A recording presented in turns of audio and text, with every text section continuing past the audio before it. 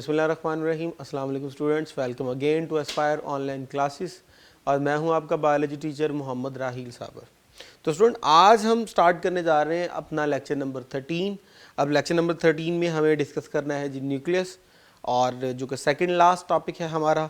Nucleus में हम क्या क्या डिस्कस करेंगे? न्यूक्लियस में हम डिस्कस करेंगे जी न्यूक्लियस की डिस्कवरी, उसका इंट्रोडक्शन, उसके कंपोनेंट्स और उसके फंक्शंस। ठीक है जी, और फंक्शन भी उसके हर कंपोनेंट के। तो आइए जी स्टार्ट करते हैं फर्स्ट इसके इंट्रोडक्शन और डिस्कवरी की तरफ।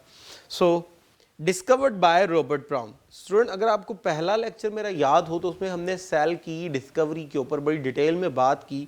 तो वहाँ हमने पढ़ा था कि सेल को डिस्कवर किया था रॉबर्ट हुक ने, जबकि सेल के अंदर न्यूक्लियस को डिस्कवर किया था रॉबर्ट ब्राउन ने। तो बात न्यूक्लियस की हो रही है। सो nucleus was reported by Robert brown in 1931। can only be observed when cell is in non-dividing stage। ये पॉइंट बड़ा इंपॉर्टेंट है और एमसीक्यूज में भी आया हुआ है। याद रखिएगा, सेल के अंदर न्यूक्लियस आपको जब ही नजर आएगा जब सेल अभी नॉन डिवाइडिंग स्टेज पे है।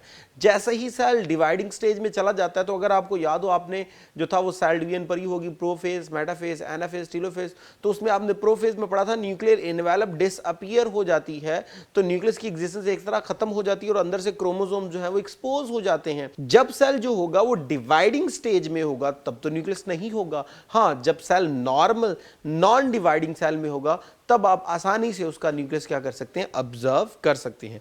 आइए जी नेक्स्ट, अगर हम देखें कि न्यूक्लियस की तादाद अगर तो एक है तो उसे मोनोन्यूक्लिएट कहते हैं। ठीक है जी, अगर तो हमारे पास दो हैं, जैसे स्पोर जो होता है, अगर आपको याद हो प्लांट के अंदर जो स्पोर्स होते हैं उसमें दो तरह के न्यूक्लियस होते हैं, तो उसे बायन्यूक्लिएट कहते हैं। और अगर तादाद में ज्यादा हो तो उसे हम क्या बोलते हैं, मल्टी न्यूक्लिएट। ठीक है जी, तो ये था with respect to nucleus number. Next बात करते हैं जी न्यूक्लियस की लोकेशन की। तो लोकेशन स्टूडेंट, अगर हम एनिमल सेल में देखें तो एनिमल सेल में बिल्कुल दरमियान में न्यूक्लियस पड़ा है। ठीक है जी, सेल के बिल्कुल दरमियान में। लेकिन अगर हम प्लांट सेल में देखें तो प्लांट सेल में क्या है जी, मेजर पोर्शन तो किसने कवर किया हुआ है जी, वैक्यूल ने। सारा दरमियान वाला वैक्यूल है और इस वैक्यूल, बड़े वैक्यूल की वजह से एक साइड पे न्यूक्लियस पड़ा हुआ है। ठीक है जी, तो एनिमल के केस में बिल्कुल दरमियान, प्लांट के केस में एक साइड पे। क्यों? क्योंकि वैक्यूल बहुत बड़ा है, वो सारा मेजर पोर्शन क्या कर जाता है, कवर कर जाता है। नेक्स्ट इसके कंपोनेंट्स की तरफ चलते हैं। कंपोनेंट में पहला है जी न्यूक्लियर इन्वेलप। अब न्यूक्लियर इन्वेलप में हमारे पास क्या है जी, also called nuclear membrane, double membrane. तो स्टूडेंट, माइटोकॉन्ड्रिया आपके पास डबल मेम्ब्रेन था, आपके पास क्लोरोप्लास्ट हमने पढ़ा था, प्लास्टिड, वो भी आपके पास डबल मेम्ब्रेन था। उसके बाद न्यूक्लियस आपके पास क्या है, डबल मेम्ब्रेन। तो आपको याद रखना है डबल मेम्ब्रेन वाले कौन से थे, सिंगल वाले कौन से थे, विदाउट मेम्ब्रेन कौन से थे। तो ये हमारे पास डबल मेम्ब्रेन। जब डबल मेम्ब्रेन है तो फिर एक बाहर होगी एक अंदर होगी। बाहर वाली को बोलेंगे आउटर मेम्ब्रेन, तो अंदर वाली को क्या बोलेंगे, इनर मेम्ब्रेन। तो आइए जी, एक हमारे पास आउटर मेम्ब्रेन जो कि कॉन्टिन्यूस होगी विद ईआर, एंडोप्लाज्मिक रेटिकुलम के साथ अटैच होगी। और जो इनर मेम्ब्रेन है वो क्या कर रही है, न्यूक्लियस के कंटेंट को प्रिजर्व कर रही है। और कंटेंट क्या कहलाता है, न्यूक्लियोप्लाज्म। आइए जी, ये आपके सामने न्यूक्लियस है। अब न्यूक्लियस की जो आउटर मेम्ब्रेन है वो आप चेक कर लीजिए जी, अटैच है विद ईआर, एंडोप्लाज्मिक रेटिकुलम। और यहां से न्यूक्लियस के अंदर हम चले गए। और अगर मैं इसकी आउटर सरफेस देखूं, ठीक है जी, तो ये देखिए जी, आउटर सरफेस पे आपको छोटे छोटे क्या नजर आ रहे हैं, पोर्स नजर आ रहे हैं, सुराख नजर आ रहे हैं। इन्हें हम क्या बोलते हैं, इन्हें हम बोलते हैं न्यूक्लियर पोर्स। आइए जी, अब ये क्या होते हैं, इनके फंक्शन क्या होते हैं, इस तरफ चलते हैं। So next one is nuclear pores. Nuclear pore क्या है जी, at certain points in the membrane small pores are present. अब ये देखिए जी, ये हमारे सामने एक न्यूक्लियस है और न्यूक्लियस के अंदर उसका न्यूक्लियोप्लाज्म है। न्यूक्लियोप्लाज्म से ये हमने उसकी मेम्ब्रेन शो की। अब ये आपके पास आउटर मेम्ब्रेन, ये हमारे पास इनर मेम्ब्रेन, और ये जो स्मॉल ओपनिंग आपको नजर आ रही है दोनों के दरमियान, ये है जी न्यूक्लियर पोर। ठीक है जी, अब इस न्यूक्लियर पोर की प्रॉपर ओपनिंग क्लोजिंग होती है, जिस तरह स्टोमेटा बंद होते हैं खुलते हैं, बिल्कुल इसी तरह न्यूक्लियर पोर्स की ओपनिंग क्लोज होती है। इसकी बिहाफ पे कोई कंटेंट सेल के बाहर से न्यूक्लियस के अंदर आना है, साइटोप्लाज्म से न्यूक्लियस में आना है, या न्यूक्लियस से बाहर साइटोप्लाज्म में जाना है, तो वो सारा इसी सुराख से आता जाता है। यानी ये सुराख जो है वो साइटोप्लाज्म और न्यूक्लियोप्लाज्म के दरमियान ट्रैफिक को क्या कर रहा होता है, कंट्रोल कर रहा होता है। अगर इसकी आप डायग्राम देखना चाहें तो ये देखिए जी, ये आपके सामने न्यूक्लियर पोर की एक कॉम्प्लेक्स जो है वो डायग्राम आपको शो हो रही है, जो बिल्कुल मेम्ब्रेन की सरफेस पे आपको नजर आ रहा है। आइए जी इस न्यूक्लियर पोर के बारे में थोड़ा सा और पढ़ते हैं। तो न्यूक्लियर पोर में undifferentiated cell have numerous pores. So अगर तो मेरे पास undifferentiated cells mean which is not properly performing special function, जो अब कोई स्पेसिफिक फंक्शन परफॉर्म नहीं कर रहा। मिसाल के तौर पे मैं एग सेल लेता हूं, तो एक एग सेल के न्यूक्लियस के ऊपर 30,000 तक पोर्स होते हैं, ठीक है जी। और अगर वो डिफरेंशिएट सेल है जैसे कि एरिथ्रोसाइट, फुली फंक्शनल सेल, जिसे आप रेड ब्लड सेल्स कहते हो, रेड ब्लड सेल्स का साइंटिफिक नेम एरिथ्रोसाइट है, तो उसके अंदर नंबर ऑफ पोर्स पर न्यूक्लियस कितने होते हैं? 3 to 4, यानी बहुत ज्यादा कम। ओके जी। पोर्स हैव डेफिनेट शेप, ये देखिए जी, ये आपको प्रॉपर उसकी शेप नजर आ रही है, ठीक है जी। एक तरफ साइटोप्लाज्मिक है और एक तरफ आपके पास न्यूक्लियोप्लाज्म, यहाँ पे साइटोप्लाज्म जो है वो होगा और इससे ऑनवर्ड आपके पास क्या होगा? न्यूक्लियोप्लाज्म वाला पोर्शन होगा, ठीक है जी। अब पोर्स करते क्या है? Control the traffic of the substance passing through them. अब आप ये चेक कर लीजिए, आपको ये छोटे छोटे पोर्स नजर आ रहे हैं और इन पोर्स में ये बाहर की तरफ फाइबर जाता हुआ नजर आ रहा है। अगर आप गौर से देखें तो ये फाइबर असल में क्या है? अगर आपको याद हो तो राइबोसोम में हमने पढ़ा था कि राइबोसोम एमआरएनए के साथ अटैच हो जाता है और क्या करता है? प्रोटीन बनाता है।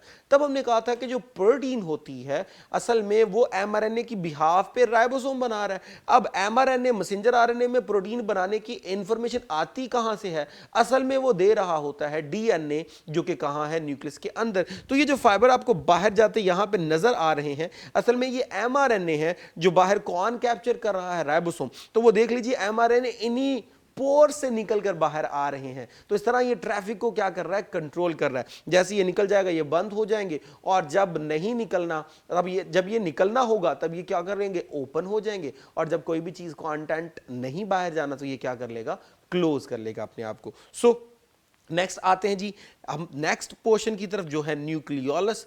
अब न्यूक्लियोलस जो है वो उस डायग्राम में आपको नजर आ रहा होगा। आइए जरा न्यूक्लियोलस के बारे में पढ़ते हैं। Darkly stain body with the nucleus. अब स्टूडेंट जब हम न्यूक्लियस को ऑब्जर्व कर रहे हैं, सेल के जिस भी स्ट्रक्चर को ऑब्जर्व करते हैं माइक्रोस्कोप के नीचे, तो पहले हम उसे स्टेन करते हैं, मीन स्पेसिफिक केमिकल यूज करके उसको रंग देते हैं ताकि माइक्रोस्कोप के नीचे वो हमें डिफरेंट कलर में नजर आए। इसी तरह जब न्यूक्लियस को ऑब्जर्व करना होता है तो न्यूक्लियस की जब हम डाइंग करते हैं, उसे डाई करते हैं, कलर करते हैं, उस वक्त सबसे ज्यादा जो कलर अब्सॉर्ब करता है वो कौन सा होता है? वो न्यूक्लियोलस होता है। तो ये डार्कली स्टेन होता है, बहुत ज्यादा स्टेन को ये क्या करता है? अब्सॉर्ब कर लेता है विदाउट मेम्ब्रेन। तो याद रखिएगा, अगर आपको राइबोसोम पढ़ा था तो वो भी विदाउट मेम्ब्रेन था, और अभी जो हम न्यूक्लियोलस पढ़े ये भी हमारे पास विदाउट मेम्ब्रेन है। तो कौन कौन सा विदाउट है, कौन कौन सा सिंगल है, कौन कौन सा डबल है, ये याद रखना है आपने। ओके जी, विदाउट मेम्ब्रेन है, may be 1 or more in number और composed of 2 regions, ठीक है जी। अब न्यूक्लियस के 2 रीजन है, न्यूक्लियोलस के 2 रीजन है हमारे पास। कौन से 2 रीजन है? नंबर 1 पेरिफेरल यानी साइडों वाला रीजन। अब वो किसका बनाता? कहता है जी ग्रैनुलर। ग्रैनुलर कहते हैं छोटे छोटे दाने होते हैं। Composed of precursors of ribosomal सब यूनिट, यानी राइबोसोम्स के जो सब यूनिट होते हैं उनके टुकड़े यहां पर जो है वो पेरिफेरल साइड पे पड़े होंगे। और सेकंड सेंट्रल फिब्रल, यानी वो फाइबर्स का होगा, और वो किसका बना हुआ है जी? आरडीएनए, राइबोसोमल डीएनए और आरएनए। ये कॉन्सेप्ट जरा समझ लीजिएगा। बेसिकली डीएनए से आरएनए बनता है। अब आरएनए की 3 टाइप्स होती हैं, राइबोसोमल आरएनए, ट्रांसफर आरएनए और एमआरएनए, मैसेंजर आरएनए, ठीक है स्टूडेंट। सो डीएनए से ही हमेशा बनाया जाता है इसको। तो वो डीएनए का पोर्शन जो राइबोसोमल आरएनए बना रहा होता है उसे राइबोसोमल डीएनए कहते हैं। और राइबोसोमल आरएनए बेसिकली वो आरएनए होता है जो राइबोसोम्स के अंदर होता है, जब भी तो हम इसे क्या बोल रहे हैं? Ribosomal RNA. आइए इसके फंक्शन की तरफ चलते हैं। तो फंक्शन क्या है जी? Factory of the ribosome. ये राइबोसोम बना रहा होता है। ये चेक कीजिए, आपको न्यूक्लियोलस नजर आ रहा है और न्यूक्लियोलस से बेशुमार तादाद में बाहर की तरफ जाते हुए नजर आ रहे होंगे बेशुमार क्या? राइबोसोम। तो ribosome was the factory of protein, whereas nucleolus is the factory of the ribosome. So next हम चलते हैं इसके नेक्स्ट कंपोनेंट की तरफ, जो क्या है? न्यूक्लियोप्लाज्म। अब न्यूक्लियोप्लाज्म क्या है जी? Matrix of the nucleus called nucleoplasm. तो न्यूक्लियस की मेम्ब्रेन से जैसे ही आप अंदर आएंगे तो जो फ्लूइड था, जो इनर मेम्ब्रेन इनक्लोज किए हुए थी, वो क्या है? न्यूक्लियोप्लाज्म है। अब स्टूडेंट न्यूक्लियोप्लाज्म में क्या क्या है? इसमें बड़े एंजाइम होते हैं और बड़े मटेरियल होते हैं। The most important material is chromatin material. अब क्रोमैटिन मटेरियल बाय कॉम्पोजिशन किसका बना हुआ है जी? डीएनए का और हिस्टोन प्रोटीन का, इन दो चीजों से मिलकर हमारे पास क्या बनता है, क्रोमैटिन मटेरियल बनता है। अब स्टूडेंट क्रोमैटिन मटेरियल बड़ा इंपॉर्टेंट है। क्रोमैटिन मटेरियल क्या करता है जी, ड्यूरिंग सेल डिवीजन ये क्या करता है, श्रिंक होना शुरू होता है और श्रिंक होके स्ट्रक्चर बनाता है, ये वाला स्ट्रक्चर जो आपको नजर आ रहा है जिसे हम क्या बोलते हैं, क्रोमोसोम। सो क्रोमोसोम्स क्या है, ये कंडेंसेशन के बाद क्रोमैटिन मटेरियल कंडेंस होना शुरू होता है, श्रिंक होना शुरू होता है और थ्रेड लाइक स्ट्रक्चर बनाता है जिसे हम क्या बोलते हैं, क्रोमोसोम। सो क्रोमैटिन मटेरियल जो है वो रिप्लेस हो जाता है बाय क्रोमोसोम्स और वो भी होता है ऑन कंडेंसेशन। ओके जी, केमिकली कंसिस्ट ऑफ डीएनए और हिस्टोन प्रोटीन, डेफिनेटली, क्योंकि क्रोमोसोम कंडेंसेशन फॉर्म है, कंडेंस फॉर्म है क्रोमैटिन मटेरियल की, और क्रोमैटिन मटेरियल बाय नेचर क्या था, डीएनए और हिस्टोन प्रोटीन। नेक्स्ट जी, each chromosomes consist of two identical arms called chromatid. तो स्टूडेंट एक ये आर्म एक ये आर्म, ये दो आर्म है, ठीक है जी। इन दोनों आर्म्स को हम क्या बोलते हैं, क्रोमैटिड्स बोलते हैं। अब क्रोमैटिड जो है वो आपस में अटैच हैं, किस बेस पे, चेक कीजिए, ये दो क्रोमैटिड्स हैं आपस में आइडेंटिकल हैं और ये वो पॉइंट है जहां पे ये दोनों क्रोमैटिड्स आपस में अटैच हैं। उस पॉइंट को हम क्या बोलते हैं, उस पॉइंट को हम बोलते हैं सेंट्रोमियर बोलते हैं। सो क्या है जी, both chromatids held together by centromere. तो सेंट्रोमियर वो जगह होती है जहां पर ये दोनों क्रोमैटिड्स आपस में क्या हो रहे होते हैं, अटैच हो रहे होते हैं। अगर हम क्रोमोसोम्स को डिटेल में देखें तो मैंने कहा इसके अंदर दो चीजें हैं, एक हिस्टोन प्रोटीन है और एक डीएनए। डीएनए तो हेरिडिटरी मटेरियल है, विरासती मादा है जो एक जनरेशन से दूसरी जनरेशन में ट्रांसफर होता है। और आपने ये भी पढ़ा कि आपकी बॉडी के सारे फंक्शन कौन कंट्रोल कर रहा है, डीएनए कंट्रोल करता है। अब डीएनए किस तरह कंट्रोल करता है, every function of the cell control by gene, जो कि क्या है, which are the small segments of DNA. तो क्रोमोसोम्स के अंदर वो जो डीएनए, उस डीएनए के छोटे छोटे सेगमेंट्स होते हैं, उन सेगमेंट्स को क्या कहते हैं, जीन कहते हैं। और जीन क्या करता है, हर एक स्पेसिफिक फंक्शन को परफॉर्म कर रहा होता है। तो एक क्रोमोसोम्स के अंदर कई जीन्स होते हैं, ठीक है जी। और आपको याद होगा कि हमारी बॉडी में कितने क्रोमोसोम्स है, 46। तो 46 के ऊपर कई जीन्स होंगे, ठीक है जी। So next, number of chromosomes are specific and constant in every species। तो हर स्पीशी में नंबर ऑफ क्रोमोसोम क्या होते हैं, कांस्टेंट। जैसे मैंने अभी बताया कि आपकी बॉडी में यानी ह्यूमंस की बॉडी में कितने क्रोमोसोम है, 46। और अगर हम पेयर में जाएं 23। तो ये ह्यूमंस की बात हो रही है, ठीक है जी। डॉग में कोई और तादाद होगी, कैट में कोई और तादाद होगी, और ये तादाद जो है वो मेंटेन रहती है। मेरे एक सेल में 46 क्रोमोसोम है तो मेरे हर सेल में 46 क्रोमोसोम है। नेक्स्ट जब जनरेशन पैदा होंगी तो सब में 46 क्रोमोसोम होंगे। मेरे अंदर 46 है तो मेरे फादर के अंदर भी 46 है तो मेरे बच्चों के अंदर भी 46 होंगे। तो नंबर ऑफ क्रोमोसोम स्पीशीज के अंदर हमेशा क्या रहते हैं, कांस्टेंट रहते हैं, सेम रहते हैं, चेंज नहीं होते। अगर ये चेंज हो जाए तो बहुत बड़ी अबनॉर्मलिटीज फेस करना पड़ती हैं, वो भी इंशाल्लाह बायोलॉजी में हम पढ़ेंगे। So next, actual number of chromosome which an individual possesses called diploid number, और इसे हमेशा 2n से शो करते हैं। जैसे मैंने अभी कहा कि हमारे अंदर 46 क्रोमोसोम है, तो 46 क्रोमोसोम की जो एक्चुअल तादाद है ये हमारे पास 2n है, ठीक है जी, डिप्लॉयड नंबर। लेकिन अगर मैं इनका हाफ डिस्कस करूं, ठीक है जी, तो जो हाफ होगा हमारे पास वो हैप्लॉयड होगा, इसे n कहते हैं। तो ये था 2n और ये होगा n, ठीक है जी। आइए जी कुछ स्पीशीज के अंदर हम क्रोमोसोम्स की तादाद देखते हैं इस टेबल में। फ्रॉग में कितने, ह्यूमंस में 46 क्रोमोसोम, 23 पेयर हो गए। फ्रॉग में 26 क्रोमोसोम, 13 पेयर हो गए। फ्रूट फ्लाई में 8 क्रोमोसोम, 4 पेयर हो गए। अनियन में 16 क्रोमोसोम्स यानी 8 पेयर हो गए। पोटैटो में 48 क्रोमोसोम यानी 24 पेयर हो गए। और गार्डन पी में हमारे पास 14 क्रोमोसोम यानी कि 7 पेयर्स हो गए। तो हर एक इंडिविजुअल में नंबर ऑफ क्रोमोसोम स्पेसिफिक होते हैं। डिप्लॉयड फॉर्म भी आपको पता होनी चाहिए और हैप्लॉयड फॉर्म भी आपको पता होनी चाहिए, ठीक है जी।